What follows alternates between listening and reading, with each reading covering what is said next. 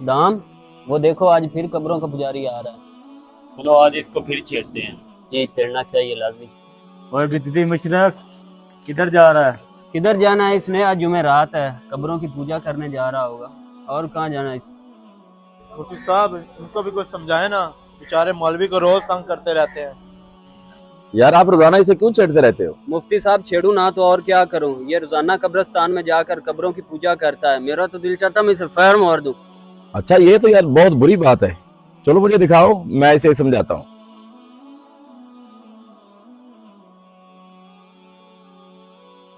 मुफ्ती साहब वो देखें। मुझे तो लग रहा है ये वाकई सजदा कर रहा है। करता हूँ मैं इसका इलाज। दुख रज रज बाबे नु सुनाइए, मेले ने बिछड़ जाना। अस्सलाम वालेकुम। वालेकुम अस्सलाम। क्या हो रहा है? कुछ नहीं जी, बाबे से मुलाकात करने आया था आज। अच्छा आपके मोहल्ले वालों ने इतराज किया है। ये भाई मेरे साथ हैं, कह रहे हैं कि ये जाकर सजदा करते हैं और मैंने आपको देखा है आप वैसे ही कर रहे थे। अल्लाह माफ करे मुफ्ती साहब, मैंने क्यों सजदा करना? सजदा सिर्फ अल्लाह पाक होता है। मैं तो वैसे झुकता हूँ उनके दर पे, अपना माथा टेकता हूँ। सजदा तो मैंने नहीं किया। याद रखें, हमारी शरीयत में सजदाए ताज़ीमी यानी इज्जत के लिए, ताज़ीम के लिए भी सजदा करना हराम, नाजायज और जहन्नम में ले जाने वाला अमल है। मुफ्ती साहब हजरत आदम के सामने जो फरिश्ते झुके थे तो वो भी उन्होंने सजदे नहीं किया था।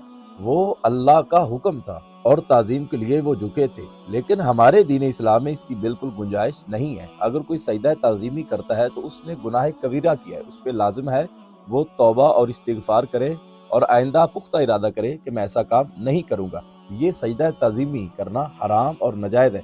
अगर कोई खुदा समझ के सजदा करता है तो फिर तो दायरा इस्लाम से खारिज हो जाएगा। ये इतना बड़ा जुर्म है।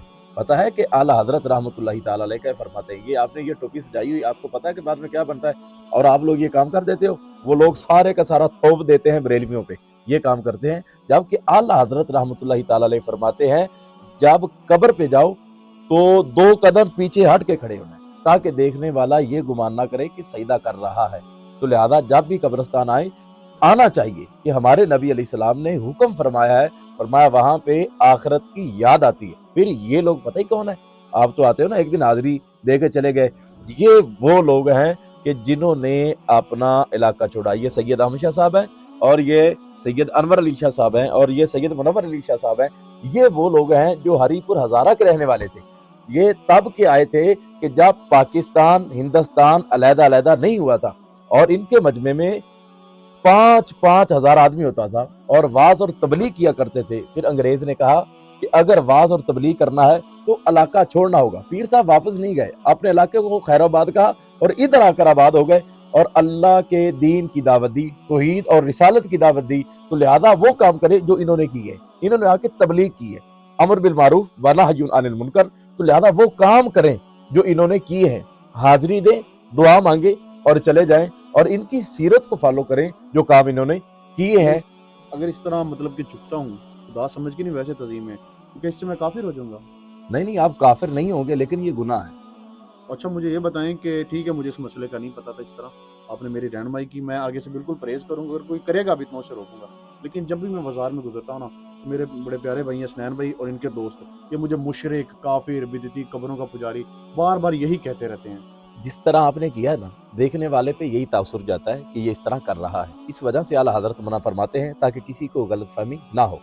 और आपके लिए भी बगैर तहकीक के आप इतने इतने बड़े फतवे लगाते हो। मुशरिक पता है कौन होता है? मुशरिक वो होता है जो खुदा के अलावा जिसने कोई और खुदा बनाया हो, जो खुदा के अलावा किसी को वाजिबुल वजूद मानता हो और ये इकरार करता हो कि खुदा की तरह कोई हमेशा रहने वाली जात है, जबकि ऐसा किसी का कोई गुमान या अकीदा या ईमान नहीं है। और आप बड़े मुशरिक कहने वाले, ये देखो ये तो सिख पहनते हैं, आपने वो पहना हुआ है। मुफ्ती साहब इन्हें भी कुछ समझाइए, मुझे डायरेक्ट ही काफिर कहते हैं। बाजार में बकायदा नारे लगवाते हैं, कहते हैं काफिर गुजर है, काफिर गुजर है। ये इनकी जहालत है और जहालत की इंतहा है। आपको पता है कि अगर कोई काफिर नहीं है, पैगंबर अलैहिस्सलाम ने फरमाया अगर सामने वाला काफिर नहीं है तो फिर वो कुफर तुम्हारी तरफ लौट के आ जाता है। तो अगर एक बंदा मुसलमान है, आप उसको क्यों काफिर समझ रहे हो? हुजूर अलैहिस्सलाम ने फरमाया वल्लाहि मा अखाफु अलैकुम अन तुशरिकू, फरमाया मुझे पैदा करने वाले की कसम, फरमाया मुझे अपनी उम्मत पे शिरक का खौफ ही नहीं। जहाँ शिरक हो ही नहीं सकता तो आप क्यों फतवे लगाते हो? और आप अपनी हालत देखें, नमाज आप पढ़ते नहीं हो, अपनी हालत देखो कैसी बनाई हुई आपने, और आप इतने यार बड़े फतवे लगाते हो। तो ये सिर्फ वो मौलवी कि जो अंग्रेज ने पाले हुए थे उन लोगों ने इन लोगों को बदनाम करने के लिए कि जिन्होंने अपने घर बार छोड़े और अल्लाह की राह में दीन की तबलीग के लिए निकले, अंग्रेज को इन लोगों से बड़ी तकलीफ थी, इस वजह से उन्होंने बदनाम किया और तौहीद की गलत तारीफ करवाई और सारा लिटरेचर उसने बाकायदा खुद बांटा कि जिसमें तौहीद की गलत तारीफ थी। ये धोखा देते हैं, तो लिहाजा आप भी बचें, आप भाई से माफी मांगे कि आपने गलत इनको ये बात कही है। आइंदा आप तौबा करें कि किसी को मुशरिक नहीं कहेंगे, क्योंकि हमारे नबी ने फरमाया कि मेरी उम्मत शिरक नहीं कर सकती और आपने हुजूर के एक उम्मती पर शिरक का फतवा लगाया है। ये तौबा करते हैं कि आइंदा ये अमल नहीं करेंगे। मुफ्ती साहब, आज से पहले जो कुछ हो गया मैं सबके लिए तौबा करता हूँ। आज के बाद मैं एग्जैक्ट शरीयत के मुताबिक दरबारों पर जाया करूँगा और दुआ मांगा करूँगा। प्यारे भाई, हमें माफ़ करें, हम दोनों ने बहुत बड़ी गलती की है और हम इस गलती से तौबा करते हैं। सुदाम भाई, आप माफ़ी ना मांगे, आप मेरे बड़े भाई हैं।